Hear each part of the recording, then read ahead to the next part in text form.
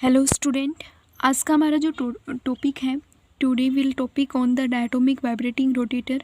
कल वाली video lecture के अंदर हमने पढ़ा था अनहार्मोनिक ऑक्सीलेटर के बारे में पढ़ा था। आज का हमारा टॉपिक है डायटोमिक वाइब्रेटिंग रोटेटर के ऊपर है।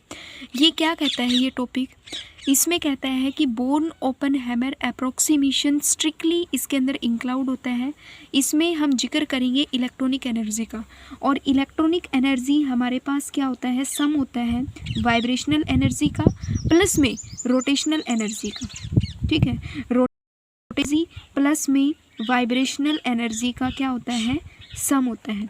तो ये हमारे पास डायटोमिक वाइब्रेटिंग रोटेटर के लिए एनर्जी है। इसमें क्या कहता है कि बोर्न ओपन हैमर अप्रोक्सीमेशन के अंदर स्ट्रिक्टली इंक्लूड होता है इलेक्ट्रॉनिक एनर्जी। और इलेक्ट्रॉनिक एनर्जी हमने पिछले वाली वीडियो लेक्चर के अंदर हमने रोटेशनल एनर्जी को भी कैलकुलेट किया है और वाइब्रेशनल एनर्जी को भी कैलकुलेट किया है। तो जब आपने रिजिड रोटेटर को स्टडी किया था, रिजिड रोटेटर और नॉन रिजिड रोटेटर को स्टडी किया था, उसके अकॉर्डिंग आपके पास रोटेशनल जो एनर्जी का फॉर्मूला आया था वो क्या निकल के आया था, बी जे प्लस में 1 माइनस में डी जे का स्क्वायर, जे प्लस 1 का क्या हो जाएगा, स्क्वायर। ठीक है, एंड सोन ऐसे ही आगे चलेगा। प्लस में आपके पास वाइब्रेशनल एनर्जी, हार्मोनिक ऑक्सीलेशन के अंदर आपने एनर्जी को कैलकुलेट किया था सिंपल हार्मोनिक ऑक्सीलेटर के अंदर, और हार्मोनिक ऑक्सीलेटर के अंदर आपने जब एनर्जी को कैलकुलेट किया था तो आपके पास एनर्जी का फॉर्मूला आया था v प्लस में half omega bar E minus में v प्लस में 1/2 ओमेगा बार ई एक्स ई, और इसका क्या हो जाएगा, स्क्वायर। ये आपके पास इतना फॉर्मूला किस में निकला था, रिजिड में, ये नॉन रिजिड के अंदर, ये सिंपल हार्मोनिक के अंदर, और ये किस में आया था आपका अनहार्मोनिक ऑक्सीलेटर के अंदर। अगर आपने वो वाली पिछले वाली वीडियो लेक्चर नहीं देखे हैं तो प्लीज़ आप उन वीडियो लेक्चर को देखना जिससे आपको ये टॉपिक अच्छे से समझ में आए। आगे देखो, यहाँ पे जो ये डी है ये आपके पास क्या है, बी आपके पास जो है रोटेशनल कांस्टेंट है। ठीक है, तो यहाँ पे हम क्या करेंगे, जो डी था, जो आपके पास सेंट्रीफ्यूगल डिस्टोर्शन कांस्टेंट था, इसकी वैल्यू जो थी 10⁻³ सेंटीमीटर इनवर्स थी। इस वाली ये क्या है, इज़ वेरी वेरी स्मॉल, ये वाली वैल्यू क्या है, वेरी स्मॉल है, इसलिए हम इस वैल्यू को क्या कर देंगे, इग्नोर कर देंगे, या ये कहें कि इस वाली वैल्यू को हम नेगलेक्ट कर देंगे। नेगलेक्ट करने के बाद ये वाली पूरी की पूरी वैल्यू जो आएगी आपके पास फॉर्मूले में क्या बचेगा, सिर्फ आपको वो लिखना है, delta E is equal to B J plus में 1 प्लस में v plus 1/2 omega bar E minus में v प्लस में 1/2 का square omega bar E X E. ये आपके पास फॉर्मूला निकल के आया है, इसको हम नेम देंगे इक्वेशन नंबर फर्स्ट। ठीक है, अब हमें इसी फॉर्मूले की मदद से क्या करना है एनर्जी को। ठीक है, एनर्जी को हम क्या करेंगे, कैलकुलेट करेंगे। एनर्जी को कैसे कैलकुलेट करेंगे, आपके पास अगर आप कोई भी एनर्जी निकाल रहे हो तो एनर्जी को कैसे निकालोगी, फाइनल एनर्जी माइनस में क्या हो जाएगी, उसकी इनिशियल एनर्जी होगी। ठीक है, अगर आपको रोटेशनल और वाइब्रेशनल लेवल के लिए एनर्जी निकालनी हो तो आप कैसे निकालोगे, अपर रोटेशनल एनर्जी लेवल। हमें मतलब पिछले वाली वीडियो लेक्चर में हमने पढ़ा था कि हर एक वाइब्रेशनल लेवल के साथ बहुत सारे रोटेशनल लेवल भी क्या होते हैं, एसोसिएट होते हैं। ऐसे चाहे आपका V01 हो या आपका V0, उसमें भी आपके साथ ये पूरा का पूरा क्या कहलाएगा, वाइब्रेशनल लेवल, और इसमें ये क्या एसोसिएट है, रोटेशनल लेवल एसोसिएट होते हैं। तो जब आप मान लो अपर लेवल के लिए एनर्जी निकालोगे तो अपर लेवल के लिए आप इन डायटोमिक वाइब्रेटिंग रोटेटर के लिए अगर एनर्जी निकालोगे तो कैसे निकालोगे, अपर एनर्जी होती है, energy of upper vibrational level की एनर्जी लोगे, अपर वाइब्रेशनल लेवल की एनर्जी माइनस में अपर वाइब्रेशनल लेवल की एनर्जी प्लस में अपर रोटेशनल लेवल की भी आप एनर्जी को साथ कैलकुलेट करोगे। ठीक है, अपर वाइब्रेशनल लेवल की एनर्जी प्लस में अपर रोटेशनल लेवल की एनर्जी को, मतलब बोथ आर कंसिडर, दोनों को ही आप क्या करोगे, कंसिडर करोगे। सेम ऐसे ही अगर आप लोअर के लिए भी क्या करोगे, lower vibrational energy level, lower vibrational के लिए भी एनर्जी लेवल कैलकुलेट करोगे, साथ ही साथ लोअर रोटेशनल, जो लोअर वाइब्रेशन के साथ जो लोअर रोटेशन है जो एसोसिएट है, उसकी भी एनर्जी को आप क्या करोगे, उसकी एनर्जी को भी आप फाइंड आउट करोगे। लोअर वाइब्रेशनल एनर्जी और लोअर रोटेशनल एनर्जी लेवल, इन दोनों को क्या करोगे, कंसिडर करोगे। अब आप ये देखो कि एनर्जी को निकालोगे कैसे। अगर वी सपोज दैट यहाँ पे आपके पास एनर्जी के लिए आपने लिया V इज इक्वल टू, अगर आप ले रहे हो अपर लेवल के लिए, मीन्स अगर आप ले रहे हो अपर वाइब्रेशनल लेवल के लिए और लोअर वाइब्रेशनल के लिए, तो अपर वाइब्रेशनल की जो वैल्यू है वो कितनी है, 1 है, और अपर के लिए जो रोटेशनल लेवल है वो क्या है, J प्राइम। तो जहाँ इसके लिए हमारा रोटेशनल लेवल क्या होगा, J, माइनस में लोअर वाइब्रेशनल लेवल आपके पास क्या है, 0 है, मतलब ये लोअर वाइब्रेशनल लेवल क्या है, 0।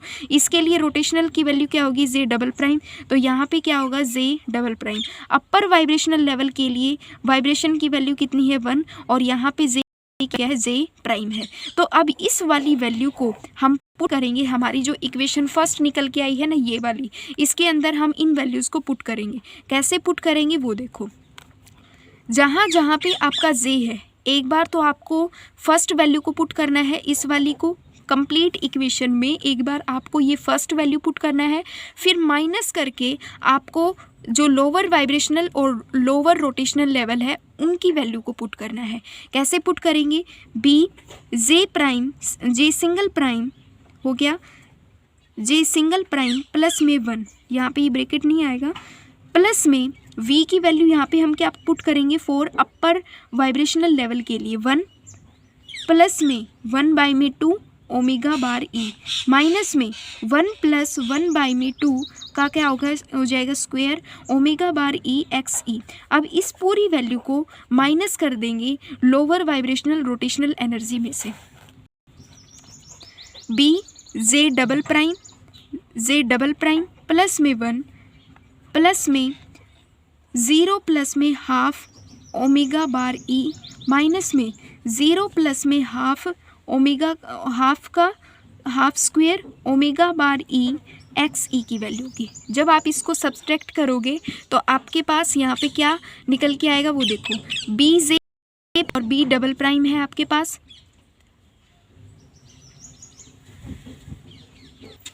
यहाँ पे देखो J prime, J single prime plus में 1, 3/2। जब आप इसको सोल्व करोगे तो 3/2 ओमेगा बार E आएगा, माइनस में यहाँ पे क्या आएगा, 9/4 omega bar E X E की वैल्यू आएगी। ठीक है, इसमें से अब हमें इसकी वैल्यू को ऐसे ही मतलब कंसिडर करना है। माइनस में J डबल प्राइम प्लस में 1, माइनस में हाफ ओमेगा बचेगा, इसमें हाफ ओमेगा जब हम इसका स्क्वायर करेंगे तो 1/4 omega bar E X E की वैल्यू बचेगी। तो यहाँ पे क्या बचेगा, 1/2 ओमेगा बार E प्लस में 1/4 omega bar E X E की वैल्यू बचेगी। अब देखो ये यहाँ पे 3/2 ओमेगा E है, इसको हम सब्सट्रैक्ट कर देंगे हाफ ओमेगा बार E से। 9/4 ओमेगा E एक्स ई की वैल्यू है, इसको हम इस वाली वैल्यू को इससे सब्ट्रैक्ट कर देंगे, इस वाली वैल्यू को इससे सब्ट्रैक्ट कर देंगे, और इन दोनों वैल्यूज़ को हम एज ए कांस्टेंट लिख देंगे। सॉल्व करो, पहले इनकी वैल्यूज़ को लिखो, इसमें से इसको घटाएंगे तो ओमेगा बार E बचेगा, माइनस में इन दोनों का ओमेगा बार E एक्स ई दोनों का क्या है, कॉमन है, तो इनको हम आगे ले लेंगे। एक्स ई 9/4 में से 1/4 को जब सब्ट्रैक्ट करेंगे तो 9/4 माइनस 1/4 को सब्ट्रैक्ट करेंगे तो यहाँ पे 2 बचेगा, रिजल्टेंट की फॉर्म में 2 बचेगा। अब लिखो इस वाली वैल्यूज़ को, इस वाली वैल्यू और इस वाली वैल्यू को, प्लस में J single prime J plus 1, minus में J डबल प्राइम प्लस में 1, ये आपके पास वैल्यू निकल के आई। इसको सोल्व करो, ओमेगा बार E माइनस में ओमेगा बार E एक्स ई, इसका रिजल्टेंट कितना आएगा, 2, इस 2 को इसके आगे लगा दो, प्लस में इस जे प्राइम की मल्टीप्लाई एक बार इसके साथ होगी तो क्या आएगा आपके पास, जे 1 प्राइम का स्क्वायर प्लस में 1। ऐसे ही जे डबल प्राइम का क्या हो जाएगा, इसके साथ स्क्वायर और प्लस में क्या आएगा 1। तो मल्टीप्लाई करो, बी का बी ही रहेगा क्योंकि इसमें भी कांस्टेंट है, इसमें भी, दोनों को इस मतलब कांस्टेंट है तो इसको ले लो आगे। अब इसकी इसके साथ मल्टीप्लाई करवाओ तो क्या आएगा आपके पास, जे 1 प्राइम का स्क्वायर प्लस में क्या आएगा 1 माइनस में जे डबल प्राइम का स्क्वायर और प्लस में क्या हो जाएगा, देखो एक बार इसके साथ मल्टीप्लाई करवाएंगे तो जी प्राइम का स्क्वायर हो जाएगा और इसके यहाँ पे क्या आएगा, जे आएगी। इस वाली वैल्यू में जे डबल प्राइम का स्क्वायर प्लस में जे डबल प्राइम की वैल्यू आएगी और इस वाली वैल्यू को, ये वाली जो पूरी की पूरी वैल्यू है इसको हम कांस्टेंट लिख देंगे, ओमेगा नोट कांस्टेंट लिखेंगे। तो इसकी जगह हम यहाँ पे क्या लिखेंगे, ओमेगा बार नोट लिखेंगे प्लस में बी। अभी ये देखो जे प्लस में जे प्राइम स्क्वायर है तो इसको आप कुछ ऐसे लिखो, जे प्राइम का स्क्वायर प्लस में जे प्राइम है माइनस में जे डबल प्राइम का स्क्वायर प्लस में जे डबल प्राइम। अब इस वाली वैल्यू में आप देखना, जे 1 प्राइम स्क्वायर जे डबल प्राइम स्क्वायर इन दोनों को एक साथ लिखोगे और इस वाली वैल्यू और इस वाली वैल्यू को एक साथ लिख दो। तो लिखने के बाद आपके पास जो वैल्यू निकलेगी वो होगी ओमेगा नोट प्लस में बी जे 1 प्राइम का स्क्वायर प्लस में, सॉरी ये क्या होगा, माइनस में होगा क्योंकि देखो यहाँ पे ये पॉजिटिव है, इस साइड साइन कन्वर्ट हो जाएंगे, जे डबल प्राइम का स्क्वायर। अब यहाँ पे वैल्यू क्या होगी, प्लस में जे 1 प्राइम माइनस में क्या होगा, जे डबल प्राइम की वैल्यू आएगी। अब ए प्लस बी, ए स्क्वायर प्लस में बी स्क्वायर, आपके पास क्या होगा, ए माइनस बी और ए प्लस बी होगा। तो यहाँ पे जब आपके पास जे प्राइम स्क्वायर प्लस में, सॉरी माइनस में जे डबल प्राइम का स्क्वायर है तो इसको हम कैसे लिखेंगे, जे 1 प्राइम का स्क्वायर प्लस में, एक बार तो हम मतलब प्लस कर देंगे इनकी वैल्यूज़ को और एक बार हम इनकी वैल्यू को माइनस कर देंगे। इसकी वैल्यू को लिखो, ये आपके पास डेल्टा ई है, ओमेगा बार नोट प्लस में बी जे 1 प्राइम का स्क्वायर माइनस में जे डबल प्राइम का स्क्वायर। और एक बार अब इसे आपका, जब आप इसको स्क्वायर फॉर्म से हटाओगे तो यहाँ पे ये स्क्वायर फॉर्म घट जाएगा और ये माइनस में हो गया और एक बार ये कैसे लिखा जाएगा, प्लस की फॉर्म में, जे सिंगल प्राइम प्लस में जे डबल प्राइम और ये क्या हो जाएगा, प्लस में जे सिंगल प्राइम माइनस में जे डबल प्राइम की वैल्यू आएगी। तो ये हमारा, ये हमने वैल्यू किस प्रकार से लिखा है, हमने मतलब पीछे बताया था कि a प्लस बी का जो मतलब इस पूरे स्क्वायर को जब आप ओपन करोगे तो a प्लस में b और a माइनस बी की वैल्यू आएगी। तो पहली वाली में यहाँ पे हमने क्या देखा है कि जे माइनस में जे डबल प्राइम का स्क्वायर है, जब आप इसको ओपन करके लिखोगे तो आपके पास ये वाली फॉर्म और ये फॉर्म निकल के आएगी।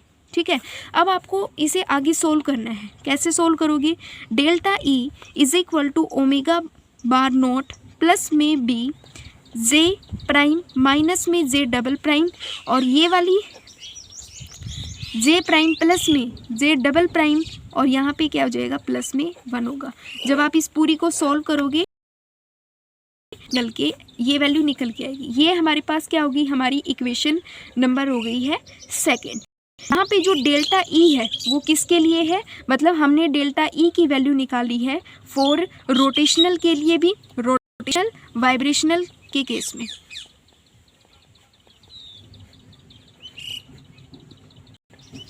नेक्स्ट आता है हमारा selection rule for diatomic vibrating rotator के लिए।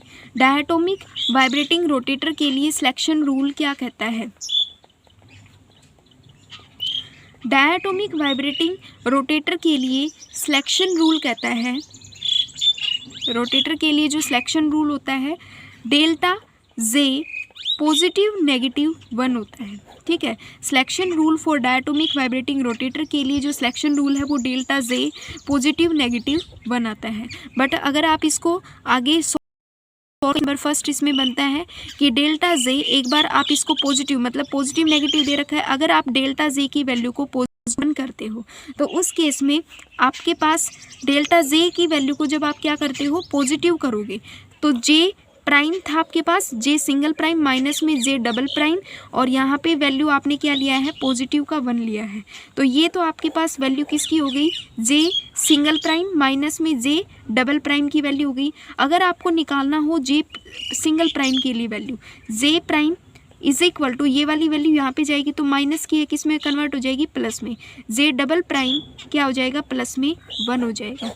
ठीक है, अब हम क्या करेंगे कि इन दोनों वैल्यूज़ को जो अपन ने अभी ये इक्वेशन सेकंड निकाली है ना, इसके अंदर इन वैल्यूज़ को पुट करेंगे। कैसे पुट करेंगे वो देखो, ये हमने फॉर्मूले को रिटर्न कर लिया है। अब यहाँ पे इन दोनों वैल्यू को, वैल्यू नंबर ए और वैल्यू आपके पास जो गिवन है बी की, इन दोनों वैल्यूज़ को हम यहाँ पे पुट करेंगे। ओमेगा बार नॉट प्लस में बी, अब यहाँ पे जे प्राइम माइनस में जे डबल प्राइम दिया हुआ है, ये वाली वैल्यू है तो इसकी जगह हम यहाँ पे क्या पुट करेंगे +1। जे प्राइम के लिए, जे सिंगल प्राइम के लिए वैल्यू क्या है, जे डबल प्राइम प्लस में क्या है 1 है। ठीक है, प्लस में 1 है और ये वाली वैल्यू आपके पास गिवन है ही, जे डबल प्राइम प्लस में क्या हो गया 1। जब आप इसको सोल्व करोगे ओमेगा बार नॉट प्लस में बी, जे डबल प्राइम प्लस में जे डबल प्राइम कितना हो गया आपके पास 2 जे डबल प्राइम प्लस में यहाँ पे क्या हो जाएगी 1 आएगा। तो ये हमारे पास वैल्यू निकल के आई है जब आपके पास डेल्टा जे की वैल्यू क्या है पॉजिटिव 1 आती है उस केस में। अगर केस नंबर सेकंड आपके पास डेल्टा जे की वैल्यू -1 हो उस कंडीशन में, मतलब डेल्टा ई आपका क्या होगा, उस कंडीशन में delta J single prime minus में डेल्टा जे डबल प्राइम आपके पास क्या होगा, अगर -1 होता है तो इस कंडीशन में हम निकालेंगे जे डबल प्राइम की वैल्यू। जे डबल प्राइम की वैल्यू क्या होगी, जे प्राइम प्लस में 1 आएगा। अब इन दोनों value, this value number A और this value number B put करेंगे सेम इस वाली ही इक्वेशन के अंदर हम पुट करेंगे। तो delta A E is equal omega bar nought plus में बी, यहाँ पे इस वाली वैल्यू की जगह हमें क्या पुट करना है -1, यहाँ पे हमें क्या पुट करना है, जे प्राइम तो क्या रहेगा जे प्राइम ही रहेगा, प्लस में जे डबल प्राइम आपके पास क्या है, जे सिंगल प्राइम प्लस में 1 और ये क्या हो गया प्लस में एक और 1 हो गया। यहाँ पे वैल्यू क्या नोट प्लस में बी -1 होगा, या इन दोनों का सम करेंगे तो क्या आएगा 2 जे प्राइम प्लस में 2 की वैल्यू आ गई। अब ये 2 यहाँ पे सिर्फ ओमेगा बार नोट प्लस में 2b जे प्राइम 1 की वैल्यू बचेगी। ये हमारे पास डेल्टा ई निकल के आया है जब आपके पास डेल्टा जे की वैल्यू क्या होती है -1 आती है उस कंडीशन में। अभी अगर आप ये पूछो कि जे सिंगल प्राइम प्लस में 1 कहाँ से आया, तो देखो आपके पास ये वाला 2 है, ये 2 इस b के साथ मल्टीप्लाई कर जाएगा, ठीक है, और ये -1 है और प्लस का 2 है, जब माइनस होगा तो कितना बचेगा, सिर्फ +1 बचेगा। तो यहाँ पे ये +1 यहाँ से आया है। नेक्स्ट अब आगे हम स्पेक्ट्रा ड्रॉ करेंगे फॉर डायटोमिक मॉलिक्यूल के लिए। डायटोमिक मॉलिक्यूल के लिए स्पेक्ट्रा कैसे ड्रॉ करोगे, एक बार तो आपको स्पेक्ट्रा ड्रॉ करना है जब आपके पास डेल्टा जे +1 हो, और एक बार आपको स्पेक्ट्रा ड्रॉ डेल्टा जे की वैल्यू क्या हो -1 आए। तो कैसे ड्रॉ करेंगे, ये आपके पास है ग्राउंड वाइब्रेशनल लेवल और ये आपके पास है एक्साइटेड वाइब्रेशनल लेवल है। ग्राउंड वाइब्रेशनल लेवल के साथ साथ बहुत सारे रोटेशनल लेवल भी एसोसिएट है। एक्साइटेड जो आपके पास वाइब्रेशनल लेवल एक्साइटेड है उसमें भी बहुत सारे रोटेशनल लेवल क्या है एसोसिएट है। ये आपके पास 0 है, ये 1 है, ये 2 है, ये 1 2 3 4 ऐसे ही आप इसको भी 3 कंसिडर कर लो, ठीक है। अगर आपके पास 1 आती है, 1 आएगी तो उस कंडीशन में हमें क्या लेना है, अगर स्पेक्ट्रा लाइन ग्राउंड लेवल की 0 पे है तो वो एक्साइटेड लेवल के फर्स्ट तक जाएगी। कहाँ तक जाएगी, फर्स्ट वाइब्रेशनल लेवल तक जाएगी, सॉरी कहाँ तक जाएगी, इस वाले यहाँ पे फर्स्ट है ना, इस वाले स्पेक्ट्रल लाइन तक जाएगी। अगर आपके पास ग्राउंड लेवल की जे वैल्यू अगर 1 है तो वो एक्साइटेड के टू नंबर की वैल्यू जाएगी, और यहाँ पे हम एक 0 कंसिडर करते हैं। देखो 0 से कहाँ पे जाएगी एक्साइटेड की 1 में, और 1 से 2 में, और 2 से 3 में, और 3 से कहाँ पे चली जाएगी 4th पे जाएगी, 4th वाले लेवल में चली जाएगी, 4th रोटेशनल लेवल में जाएगी। अगर आप डेल्टा जे की वैल्यू -1 लेते हो तो उस कंडीशन में क्या होगा कि आपके पास जो स्पेक्ट्रा होगा वो ग्राउंड लेवल का 1 और एक्साइटेड स्टेट का 0 में जाएगा। अब इसमें कंडीशन अपोजिट हो गई कि इसका मतलब ग्राउंड लेवल का फर्स्ट रोटेशनल लेवल और एक्साइटेड का रोटेशनल लेवल तक ही स्पेक्ट्रा लाइन जाएगी।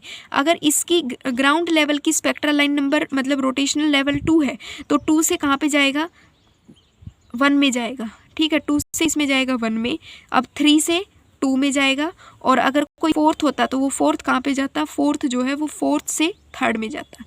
इसमें इस केस में स्पेक्ट्रा लाइन बनेगा ये spectra line for the diatomic molecule के लिए। जब आपने सिलेक्शन रूल के अकॉर्डिंग अगर आपको मतलब स्पेक्ट्रा लाइन ड्रॉ करना है तो वो आपका ग्राफ होगा कुछ इस प्रकार से आएगा। अब आता है कि हमने इन वैल्यूज़ को मैंने तो आपको डायरेक्ट बता दिया कि डेल्टा जे जब +1 लोगे तो आपके पास +1 आएगा, तो इसका मतलब है कि ग्राउंड लेवल का 0 और एक्साइटेड लेवल के फर्स्ट तक स्पेक्ट्रा लाइन जाएगी, फर्स्ट से सेकंड तक जाएगी। अगर ग्राउंड का फर्स्ट है तो ये सेकंड तक जाएगा, ग्राउंड सेकंड है तो ये 3rd तक जाएगा, और इस केस में बिल्कुल अपोजिट हो जाएगा, ठीक है। अगर ग्राउंड आपका 3rd है तो आपका जो स्पेक्ट्रा लाइन तक जाएगा, मतलब अपोजिट हो गया, ठीक है। अब स्पेक्ट्रा लाइन मतलब स्पेक्ट्रा अगर आप ड्रॉ करोगे तो उसके लिए आपको इस फॉर्मूले को पुटअप करना होगा। जे प्राइम में से मतलब एक्साइटेड में से आपको ग्राउंड वाले लेवल कर देना है। अगर आप ग्राउंड का 0 ले रहे हो तो इसमें से 1 माइनस करोगे तो आपके पास पॉजिटिव वैल्यू आएगी। इस कंडीशन में आप अगर ग्राउंड लेवल को 0 ले रहे हो तो एक्साइटेड लेवल आपको क्या लेना है -1 लेना है, ठीक है, -1 में वैल्यू आएगी। तो ये आपके पास स्पेक्ट्रा लाइन के लिए फॉर्मूला है, मतलब ड्रॉ करने के लिए। नेक्स्ट आपके पास स्पेक्ट्रा आता है कि ये आपके पास स्पेक्ट्रा लाइन है। अगर आप लेफ्ट हैंड साइड जाओगे तो आपके पास जो मास है वो क्या होगा, घटेगा। राइट हैंड साइड जाओगे तो आपके पास मास जो है वो इंक्रीज होगा। बीच में हम किसको रिप्रेजेंट करते हैं, ओमेगा बार नोट को, और ओमेगा बार नोट को हम क्या कहते हैं, बैंड ओरिजिन कहते हैं। ये हमारे पास क्या होता है, बैंड ओरिजिन होता है। अगर आप बैंड ओरिजिन से लेफ्ट हैंड साइड की तरफ जा रहे हो, अगर बैंड ओरिजिन से राइट हैंड साइड की तरफ जा रहे हो तो आपके पास फ्रीक्वेंसी क्या होगी, हाई फ्रीक्वेंसी होगी। उस कंडीशन में आपके पास फ्रीक्वेंसी क्या हो जाएगी, हाई हो जाएगी, और इस कंडीशन में आपके पास फ्रीक्वेंसी क्या हो जाएगी, लो हो जाएगी। ओमेगा बार नोट से लेफ्ट हैंड साइड वाली वैल्यू को हम कौन सी ब्रांचेज बोलते हैं, क्यू ब्रांच बोलते हैं, और राइट हैंड साइड वाली को हम आर ब्रांचेज से डिनोट करते हैं, ठीक है। अब इसके लिए हम स्पेक्ट्रा लाइन कैसे ड्रॉ करेंगे वो देखो। अगर आपके पास डेल्टा जे की वैल्यू +1 या फिर -1 में आती है तो उस कंडीशन में यहाँ पे क्या होता है, ओमेगा बार नोट है, और ओमेगा बार नोट की जो स्पेक्ट्रा लाइन होगी वो वेरी स्मॉल होगी, ठीक है। जब आप R1 की स्पेक्ट्रा लाइन को ड्रॉ करोगे, R0 की स्पेक्ट्रा लाइन, फिर R1 की स्पेक्ट्रा लाइन को ड्रॉ करोगे तो ये थोड़ी मतलब इनके बीच में जो गैप मिलेगा आपको वो कितने का मिलेगा, 2b का गैप मिलेगा। यहाँ से यहाँ तक का जो गैप होगा वो कितना मिलेगा, 2b का। यहाँ से मतलब ओमेगा नोट से R1 तक का जो गैप होगा वो कितना होगा, 4b का होगा। ओमेगा मतलब R2 तक जो गैप होगा वो कितना होगा, 6b का होगा। सेम कंडीशन ऐसे ही अपोजिट P1 के केस में होगी, मतलब ये जो आपका Q ब्रांचेज होगा इस वाली में भी ऐसे ही होगा, और वैसे हम इसको P ब्रांच से डिनोट करेंगे, P वाली ब्रांचेज में भी ऐसे ही होगा। सिंगल मतलब एक स्पेक्ट्रा लाइन से दूसरी स्पेक्ट्रा लाइन के बीच में जो गैप होता है वो 2b का होता है, और यहाँ से ओमेगा नोट से मतलब जब हम स्पेक्ट्रा लाइन के गैप को मतलब 2 का प्लस होता जाएगा, जैसे कि 2b 4b 6b 8b ऐसे ऐड होता जाएगा। जो डिफरेंस होता है 2 ब्रांचेज लाइन का वो कितना होता है, 2b का डिफरेंस होता है, ठीक है। आपके पास अब ये आता है कि factor possible for increasing and decreasing. अब यहाँ पे जो ये स्पेक्ट्रल लाइन होती है ये ऐसे नहीं होती है, बल्कि एक बार तो ये क्या होती है मतलब बढ़ती जाती हैं और फिर ये क्या होती है डिक्रीज़ होती है। एक बार ये इंक्रीज़ होती है तो फिर ये क्या हो जाती है डिक्रीज़ होती है।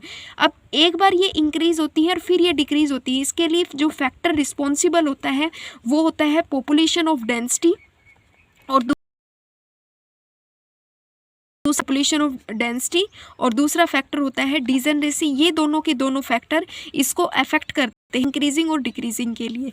यहाँ पे इनको हम डिनोट करेंगे आर ब्रांचेस लाइन से और ओमेगा बार नोट से लेफ्ट हैंड साइड जो ब्रांचेज होंगी उनको हम पी ब्रांचेज से डिनोट करेंगे। अभी एक न्यूमेरिकल आता है, अगर आपको दिया हुआ हो P1 की वैल्यू, ठीक है, और आपको एक तो P1 की वैल्यू दी हुई हो और एक आपको दी हुई हो R0 की वैल्यू, और आपको कह दे कि आपको B निकालना है, तो B को आप कैसे निकालोगे?